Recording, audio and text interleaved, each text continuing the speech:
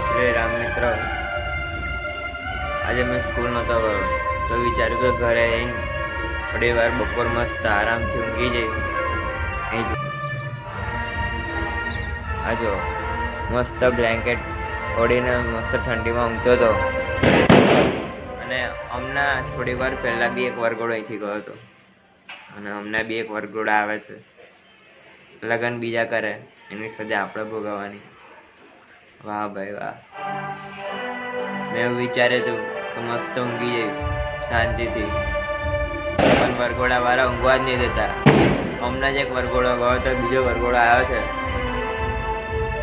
હવે ઊંઘવાનું કેન્સલ કરવું પડશે. શું કરીશું? લગન બીજા કરે એમાં આપણે ભોગવવાનું. બહુ ચાલે યાર? ના ચાલે.